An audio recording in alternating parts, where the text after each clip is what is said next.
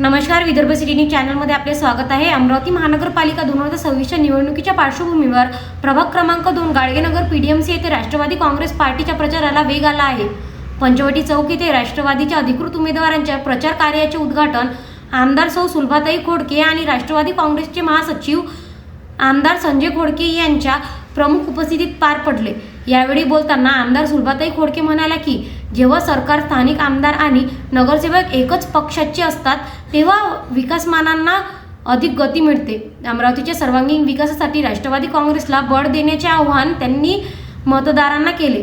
संत Gadgebaba PDMC प्रभागाला धार्मिक, सांस्कृतिक आणि वैचारिक वारसा लाभलेला असून केवळ रस्ते व नाल्या पुरवठा विकास न करता शिक्षण, आरोग्य, क्रीडा, ज्येष्ठ नागरिकांच्या सुविधा आणि समाजहिताचे प्रश्न सोडवणे गरजेचे असल्याचे त्यांनी स्पष्ट केले।